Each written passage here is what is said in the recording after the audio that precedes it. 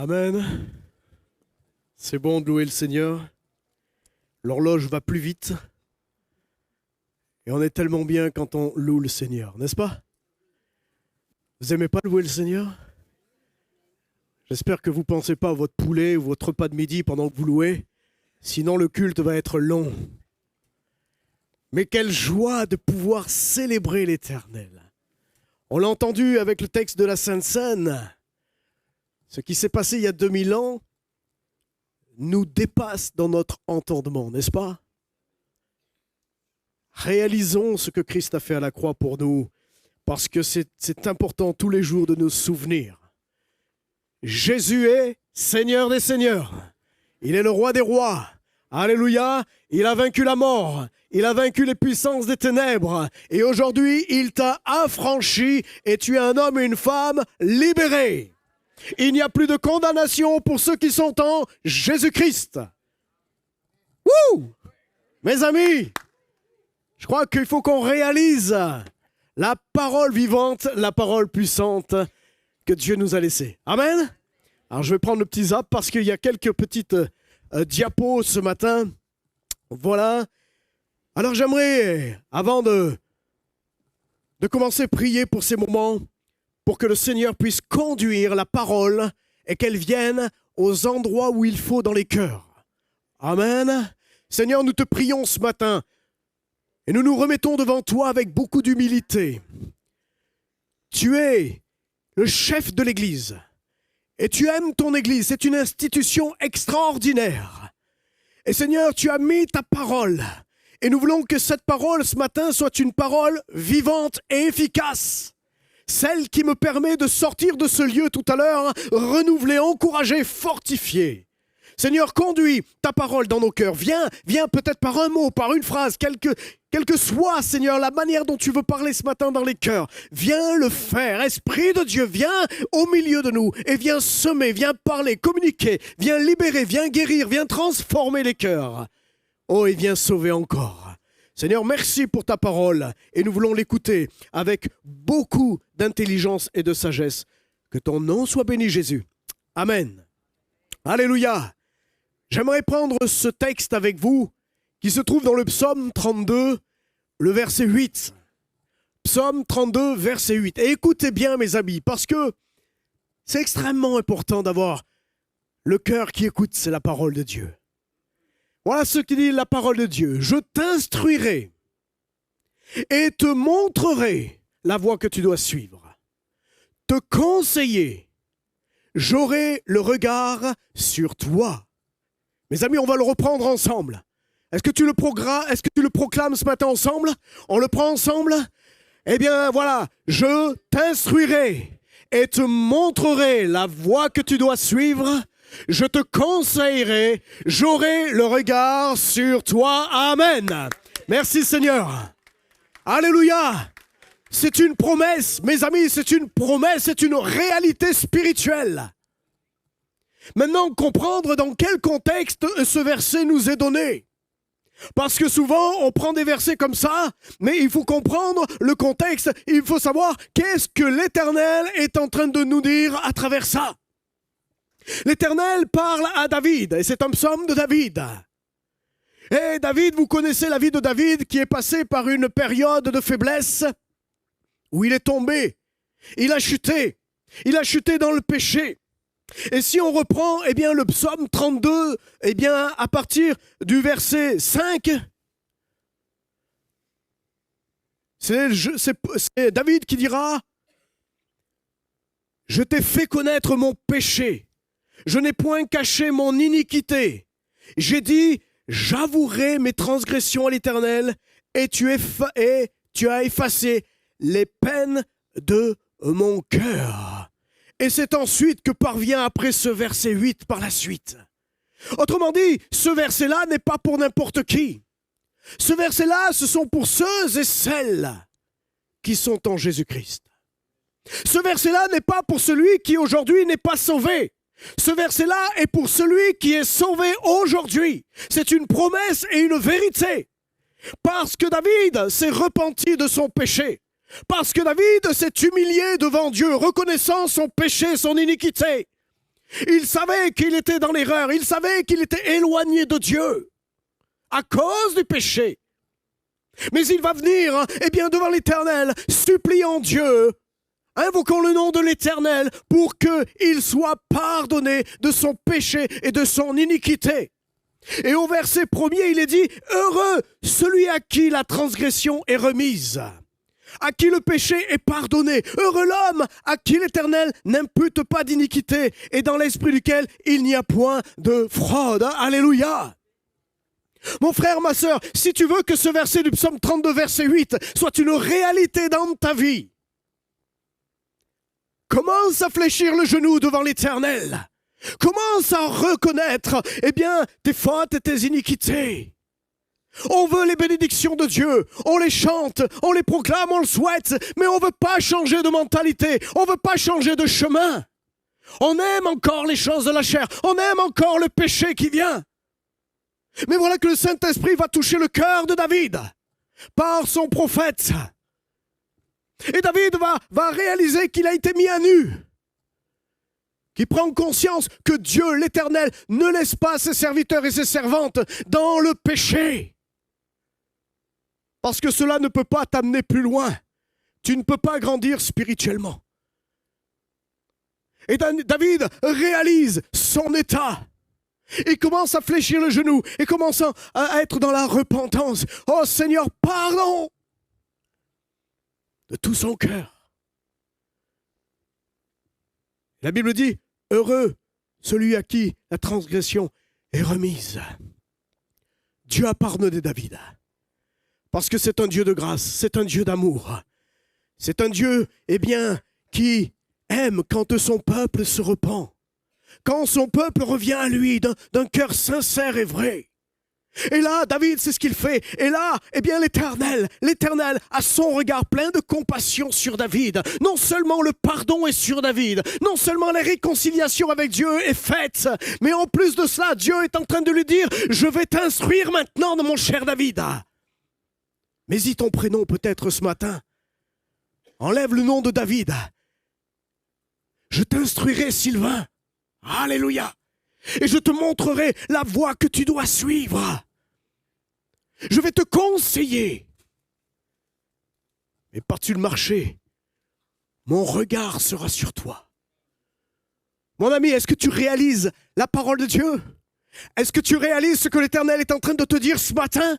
C'est pour toi, toi qui t'es repenti, toi qui es venu à Jésus-Christ, toi qui as changé de vie, toi qui marches selon le cœur de l'Éternel et selon sa parole. Le Seigneur te dit ce matin, mon cher et tendre.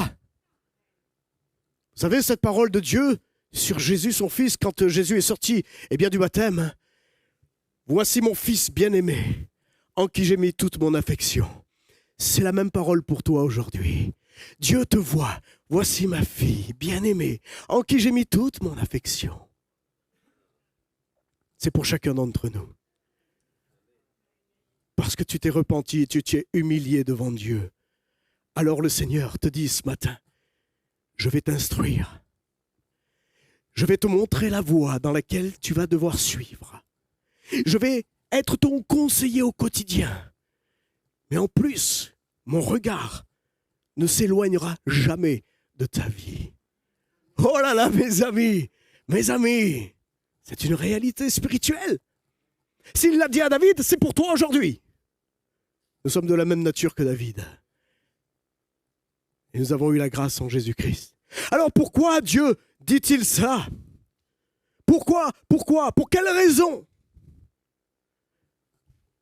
Ah oui, c'est à moi de zipper. Si ça marche. Ah oui, mais il faut allumer. Oh là là, la technique. Ah, il n'y a plus rien. Ah voilà. Tac. Pourquoi? Pourquoi le Seigneur lui dit-il cela, David?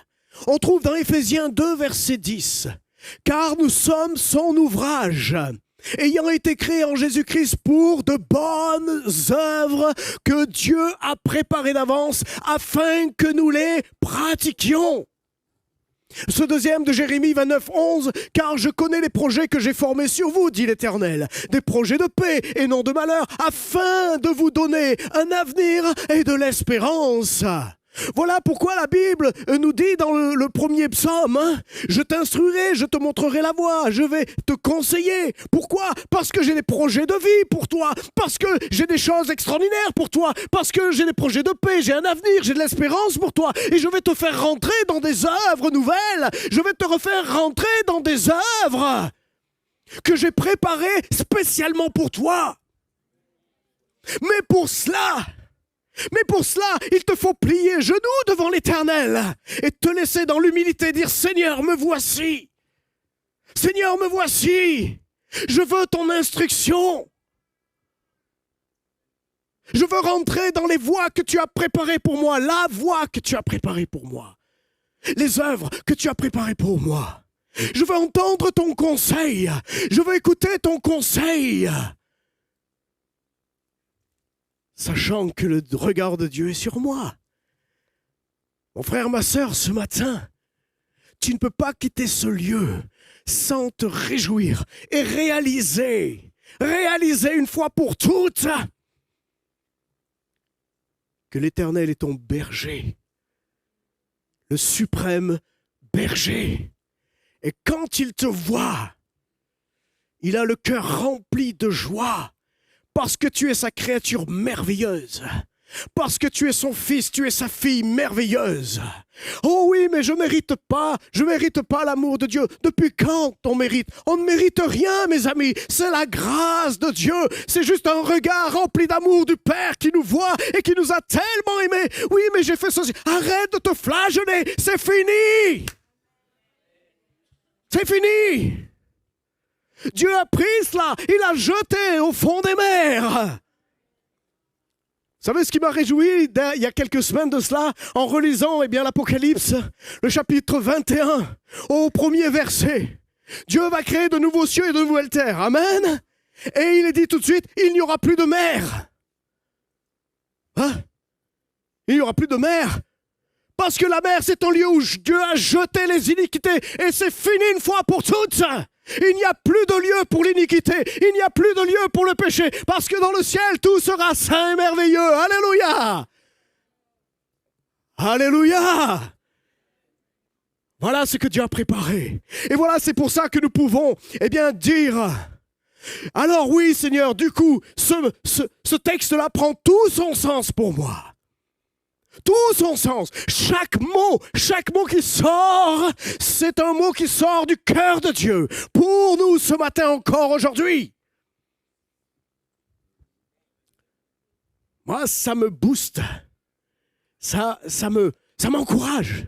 Quand je passe par la vallée de l'ombre de la mort, je veux me souvenir des paroles de Dieu. Je veux me souvenir de la parole vivante de Dieu qui est efficace, qui est en moi. Elle est comme un fleuve d'eau vive qui a jailli. Ça ne veut pas dire qu'on ne passera pas par les épreuves. Ça ne veut pas dire que la vie chrétienne est tranquille. La croisière s'amuse, vous connaissez? Non. Mais nous avons une ferme assurance.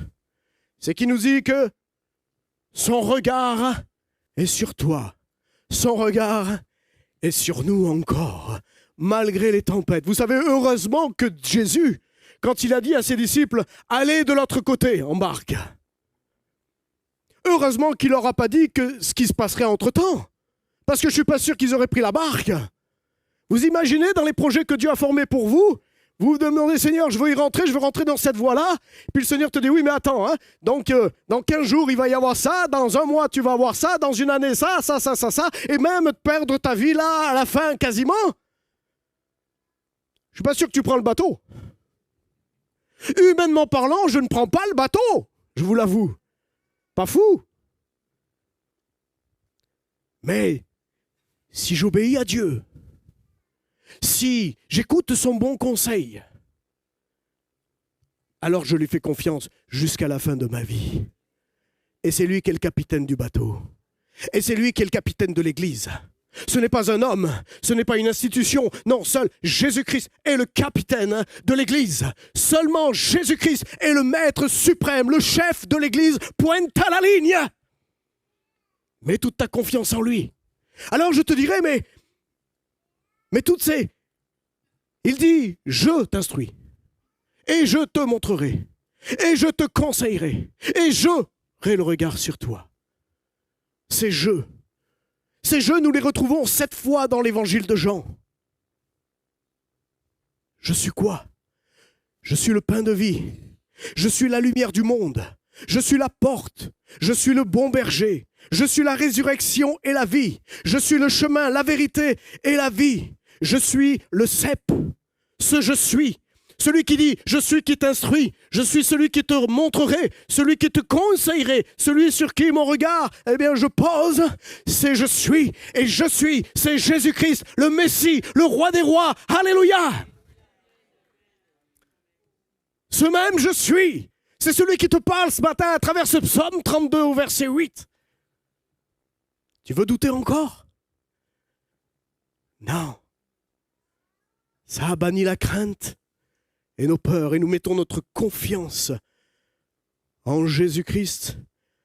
Amen. Alors, je t'instruirai, nous dit la parole de Dieu.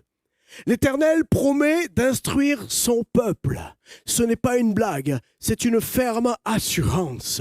Dieu instruit toujours son peuple. Dieu n'envoie pas les gens au casse-pipe sans instruction, sans être équipés. J'ai entendu, il y a quelques années de cela, un couple qui était appelé pour rentrer dans la mission à l'étranger.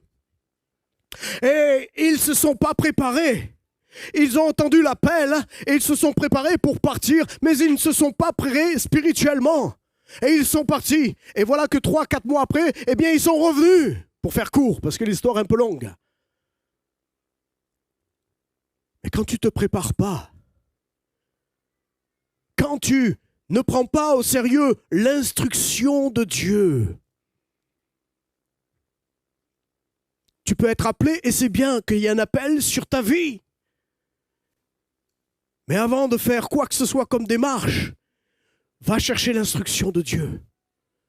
Va chercher l'équipement que Dieu a préparé pour toi, pour rentrer. Dans quoi?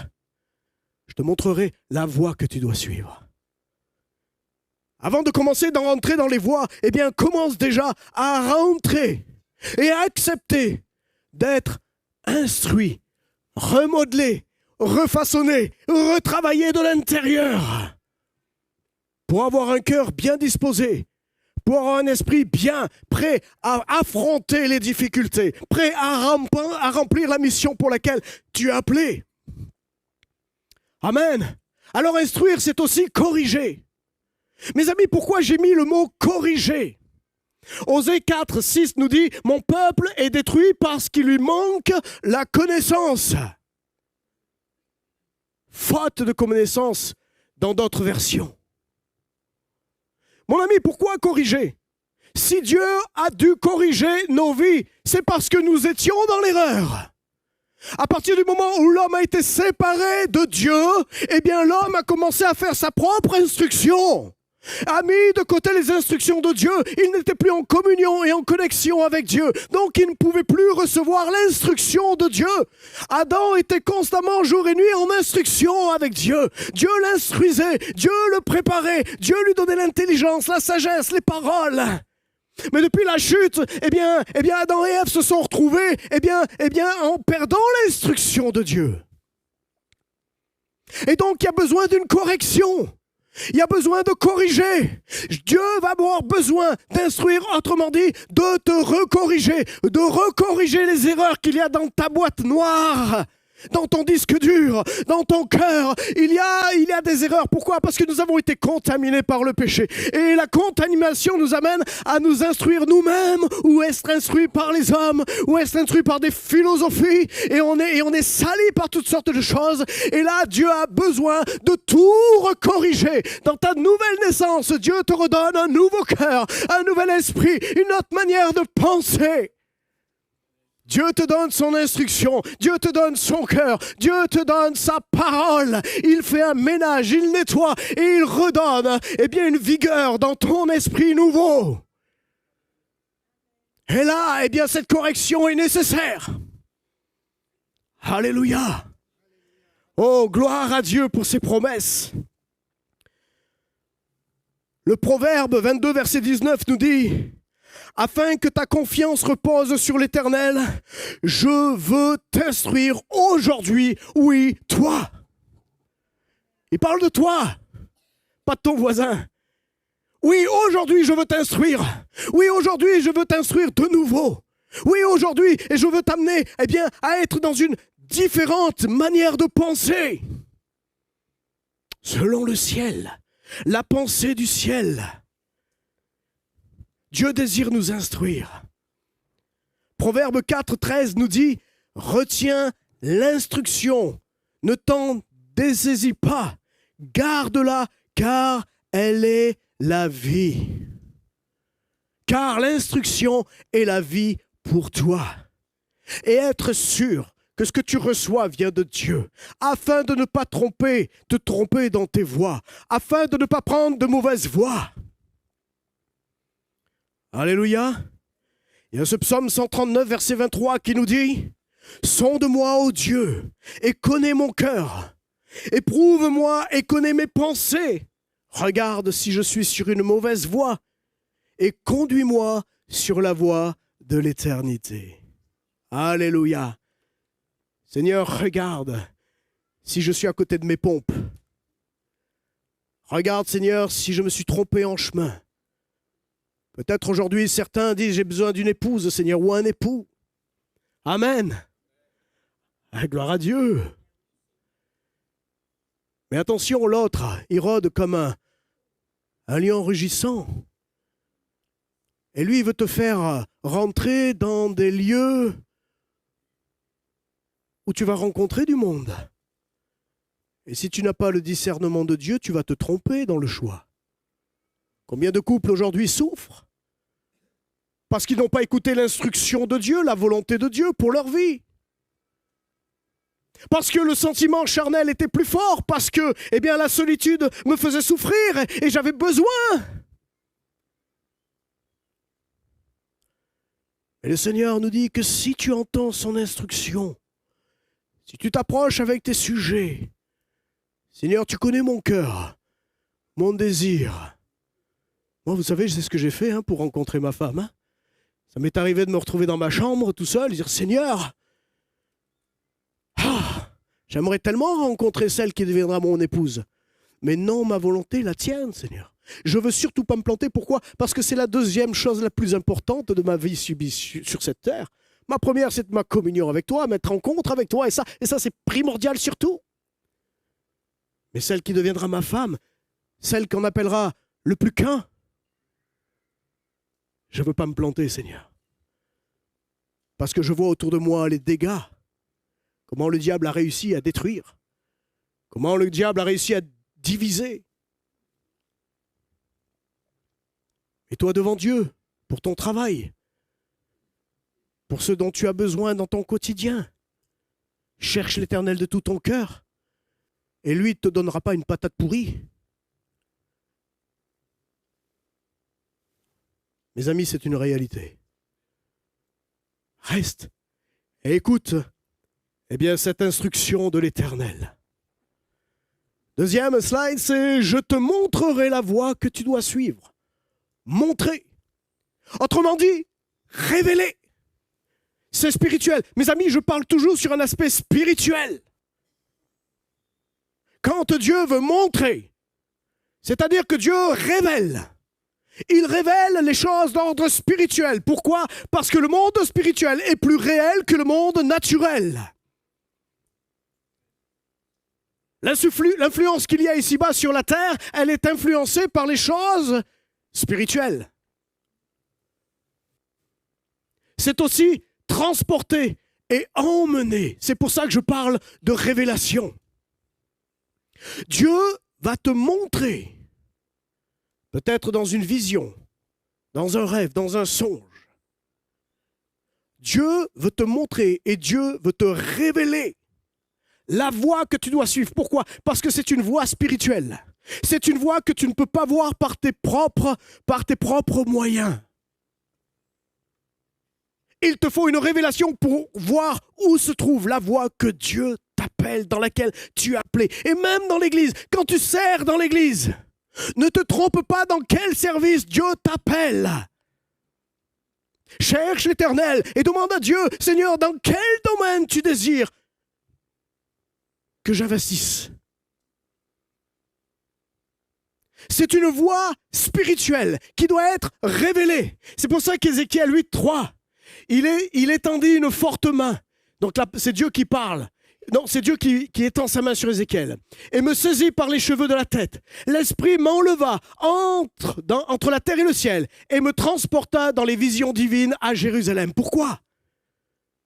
Parce que pendant ce temps, à Jérusalem, dans le temple, il y avait l'abomination.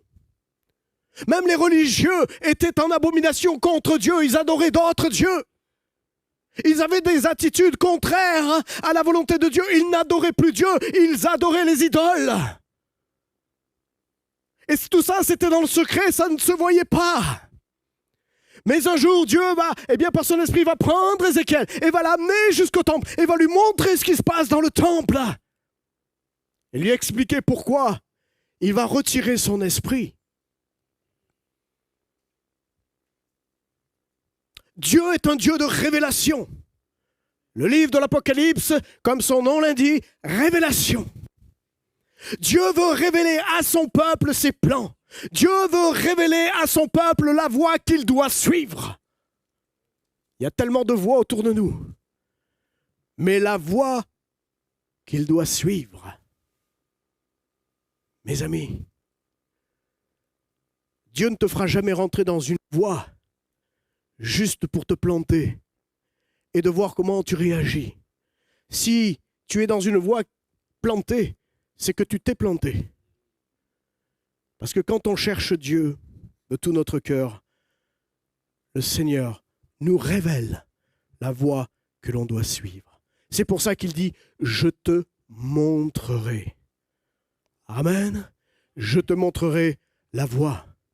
Et puis, je te conseillerai. Alléluia. Parce que vous savez, pendant qu'on marche, vous savez, dans le ministère, Dieu m'a parlé, Dieu m'a instruit, Dieu m'emmène sur la voie du ministère. Mais tout au long de mon ministère, tout au long de ma voie, je dois entendre le conseil de Dieu. Parce que si je n'écoute pas le conseil de Dieu, même dans le ministère, je vais me planter. Et si je me plante, je vais vous planter. C'est pour ça qu'il est dit qu'il n'y ait pas mis parmi vous beaucoup de prédicateurs, d'enseignants. Parce que c'est une responsabilité. Mais il est dit, je te conseillerai. Dieu t'instruit. Dieu t'a envoyé. Ça y est, tu rentres, ou tu y es déjà peut-être. Mais n'oublie jamais que le bon conseil vient de Dieu. L'Éternel conseille toujours avec justesse. Toujours. Il ne se trompe jamais dans son conseil. Jamais. Alléluia. Alors le conseiller, c'est aussi recommander à une attention bienveillante. Dieu le fera toujours avec bienveillance dans ta vie. Ce n'est pas le père fouettard qui va te ramener sur de mauvaises voies à la bonne voie. Non, il aura toujours, comme a entendu cette sœur qui a dit ce matin, c'est dans le murmure. Dieu est doux. Il est exigeant. Ne pas oublier que Dieu est juste et exigeant. Mais il a un cœur doux. Et quand il conseille, même quand on se trompe, il vient, hey, c'est par là. Et il va parler de comment? Par différentes manières. La Bible dit que Dieu parle tantôt d'une manière et tantôt d'une autre, n'est-ce pas? La première des choses, il parle à 80% avec sa parole. La parole de Dieu. Combien des fois elle est délaissée à la maison, la parole de Dieu? Combien les cœurs sont vides de la parole de Dieu? Alors on va chercher auprès du ministère des solutions. Mes amis, pauvres de moi, je n'ai pas des solutions à tout. La seule chose que je pourrais dire à plusieurs, viens, on regarde avec la parole ensemble. Parce que c'est là que deviendra ton secours. Le secours me vient de l'Éternel. Donc, le premier lieu, c'est la parole. Et puis, le Saint-Esprit. Le Saint-Esprit qui est en toi. Celui qui te révélera toute la vérité. celui qui t'enseignera tout ce que Jésus a enseigné, celui qui va te révéler la voie. La prière, le cœur à cœur avec Dieu. Et si tu ne sais pas quoi dire, eh bien, rentre dans des louanges d'autres langues. Et si tu ne sais pas, eh bien, par des murmures, juste, le Saint-Esprit sait ce que tu es en train de dire. Il sait ce qu'il est en train de mettre en toi. Mais Dieu parle.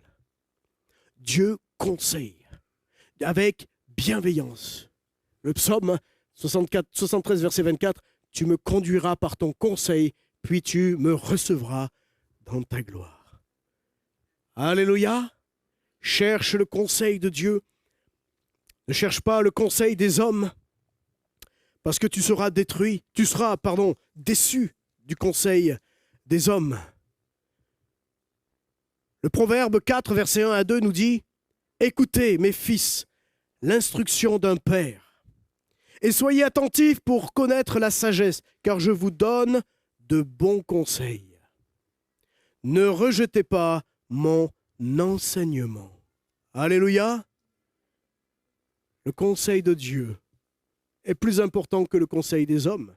Puisque le psaume 1, verset 1 à 2 nous dit « Heureux l'homme qui ne marche pas selon le conseil des méchants, qui ne s'arrête pas sur la voie des pécheurs et qui ne s'assit pas en compagnie des moqueurs, mais qu'il trouve son plaisir dans la loi de l'Éternel et qu'il la médite jour et nuit. » C'est pas plus clair.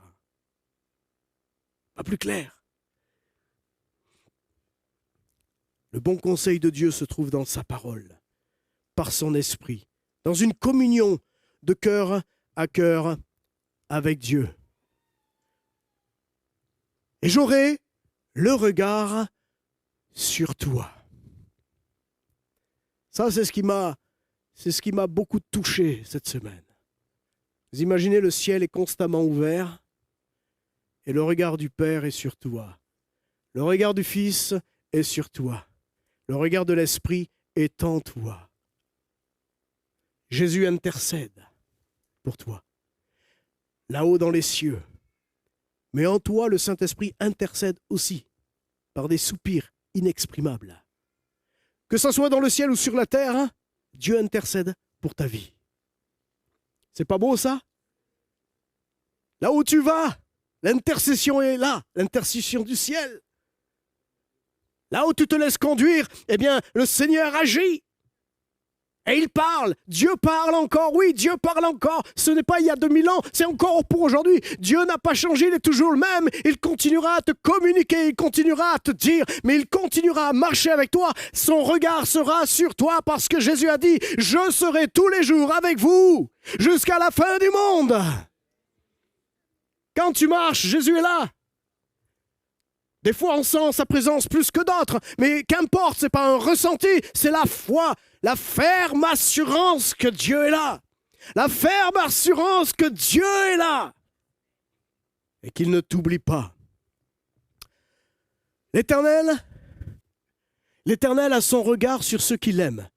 Alors j'ai mis signifie aussi « Je veillerai sur le bon déroulement des choses pour lesquelles je t'instruis, je te dirige et je te conseille. » On retrouve les 3 mots d'avant. Je veillerai sur le bon déroulement des choses pour lesquelles je t'instruis, je te dirige et je te conseille. Dieu est ce Dieu merveilleux qui est à tes côtés jour après jour.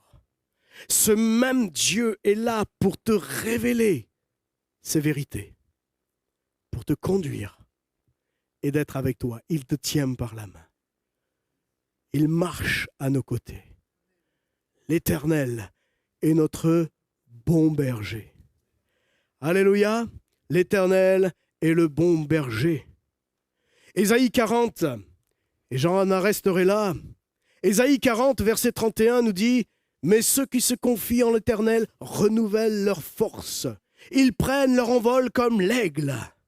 Ils courent et ne se lassent point. Ils marchent et ne se fatiguent point. » Alors, je veux t'encourager ce matin, ne crains point. Ne t'effraie point, mais prends bon courage, comme l'Éternel a dit à Josué. Mais prends bon courage, sois fort, crois en ma parole, crois que ce que je dis est la vérité, parce que moi je veille sur ma parole, parce que moi je veille sur ce que j'ai dit dans ma parole, et ce que j'ai dit va s'accomplir, ce que j'ai dit doit s'accomplir. J'accomplis toujours ma parole.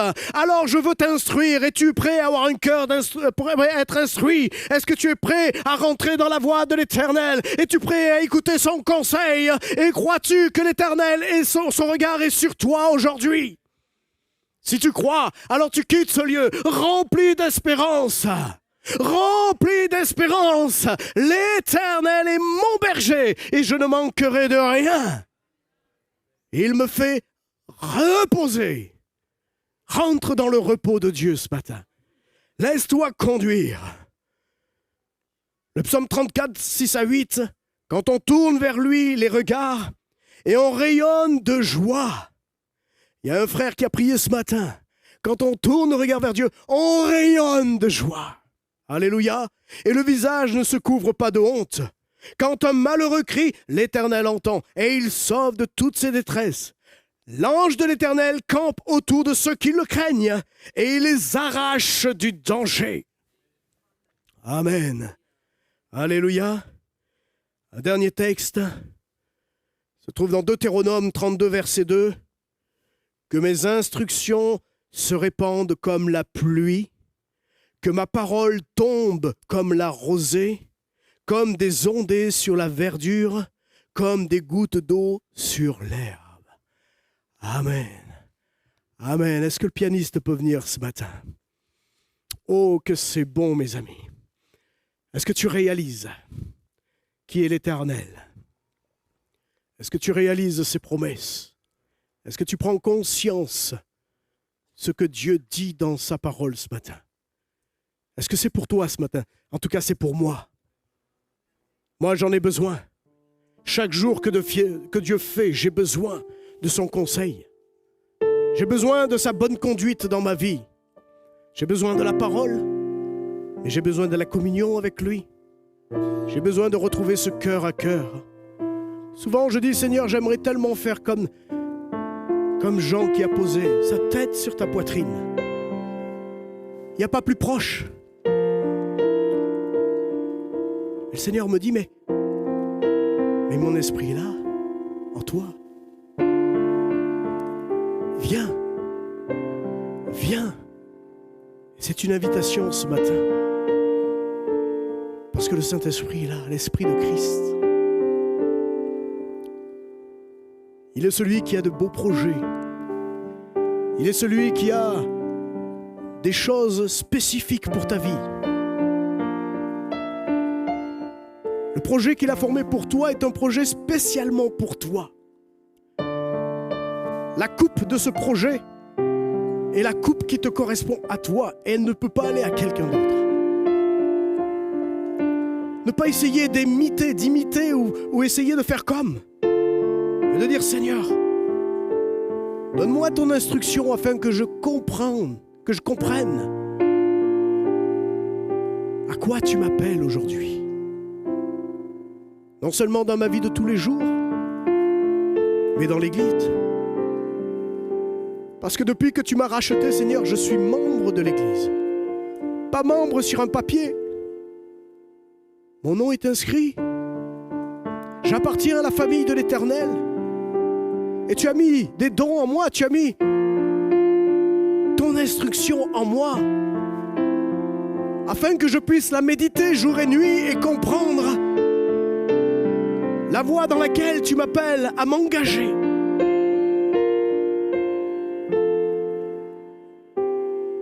Ce matin, le Seigneur veut ranimer dans plusieurs ce feu ardent de servir Dieu. Et si quelqu'un ce matin a des craintes, se disant oui, mais l'engagement me fait peur, bien dis-toi que le Seigneur a parlé ce matin dans ce psaume. C'est celui qui t'instruit.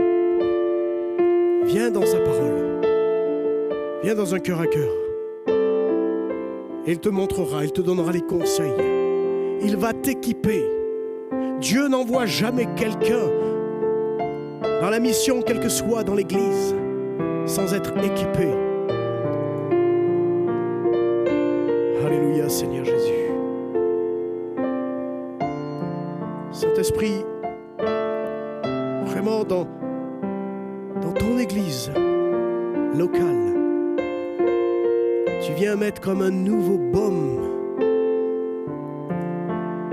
que tu amènes, Seigneur, un nouvel éclairage sur ce pourquoi tu appelles les uns et les autres. Ces promesses, elles sont oui et amen.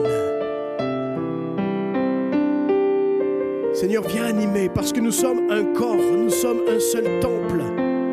Chacun d'entre nous a un rôle dans l'Église. Chacun d'entre nous a une place bien précise. Mais pour cela, Seigneur, on a besoin que tu nous instruis, que tu nous diriges, que tu nous enseignes. Enseigne ton peuple, enseigne nos vies. Conduis toutes choses, Père. Merci, Papa. Merci, Papa, parce que tu es là ce matin. Est-ce que c'est ton cas ce matin où tu as besoin de te retrouver avec ton Dieu, de te retrouver dans le plan de Dieu, de te retrouver acteur dans les projets de vie que Dieu a formés pour toi? Alléluia. Si c'est ton cas, lève juste la main. On baisse les fronts, on ne regarde pas ce qui se passe autour de nous. Si c'est ton cas, c'est le moment de dire: Seigneur, je le veux. Seigneur, je le veux ce matin. Seigneur, je veux retrouver ce feu en moi. Amen. Le Seigneur vous voit. Frères et sœurs, le Seigneur vous voit. Dieu vous connaît. Dieu connaît le secret de votre cœur. Si vous lui faites confiance, vous ne serez pas déçus. Toi qui as levé ta main ce matin, le Seigneur a vu. Il l'inscrit dans les cieux. Il voit ce cœur d'engagement maintenant. Il est en train de t'équiper. Il est en train de t'équiper.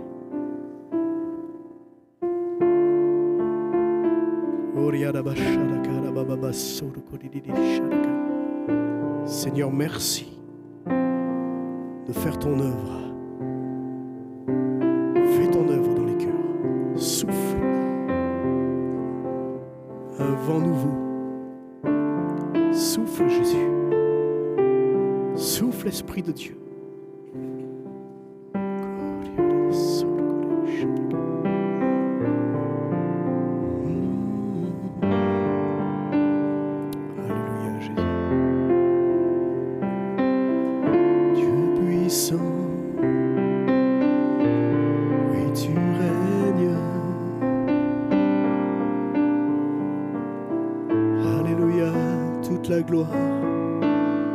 Toute la gloire est à Jésus.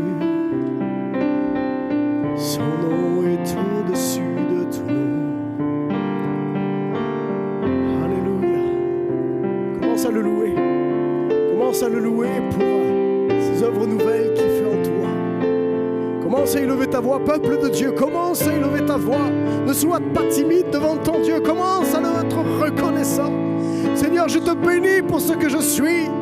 Seigneur, je te bénis pour ce que tu fais aujourd'hui. Je te bénis pour qui tu es, ce Dieu tout-puissant. Alléluia.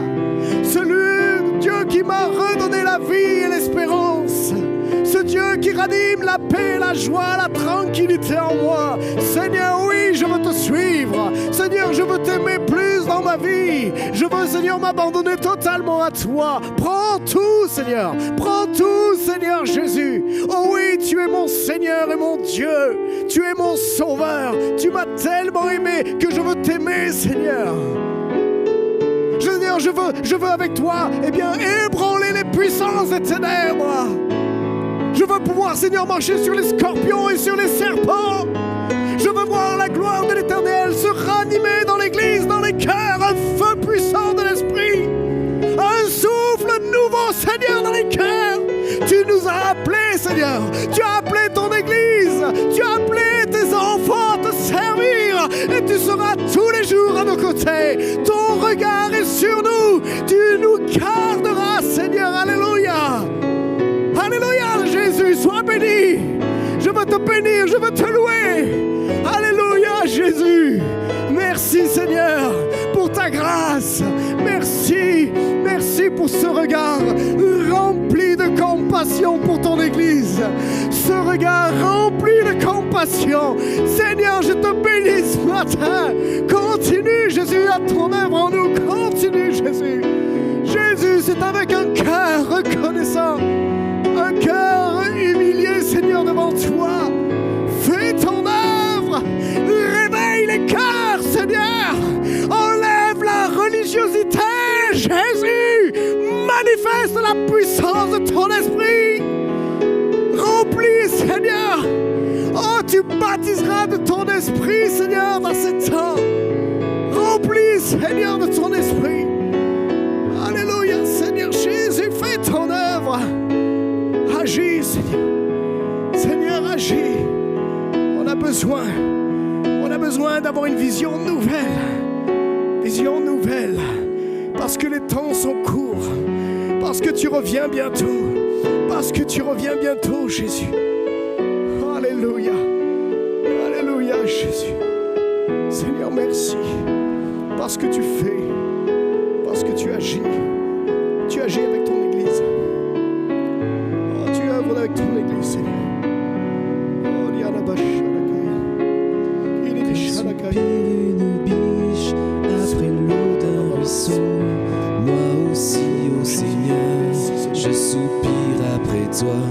J'ai soif de toi, mon Dieu, d'être là devant toi, de venir dans ton temple, me présenter à toi, pour qu'enfin me reviennent les souvenirs d'antan, où heureux je courais vers ta maison.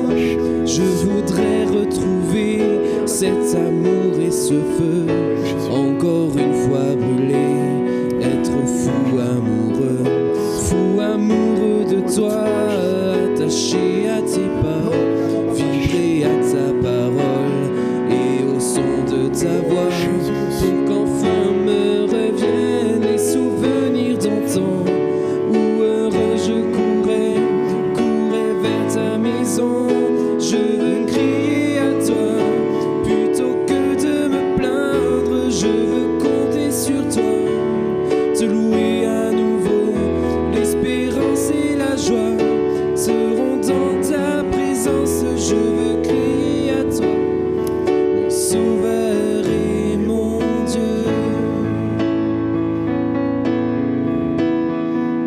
Je voudrais retrouver cet amour et ce feu, encore une fois brûlé, être fou amoureux de toi, attaché à tes pas, vibrer à ta parole et au son de ta voix, pour qu'enfin me reviennent les souvenirs d'antan, où heureux je courais vers ta maison. Je veux crier à toi, plutôt que de me plaindre, je veux compter sur toi, te louer à nouveau, l'espérance et la joie seront dans ta présence, je veux crier à toi, mon sauveur et mon Dieu. Alléluia, Jésus. Alléluia, Seigneur.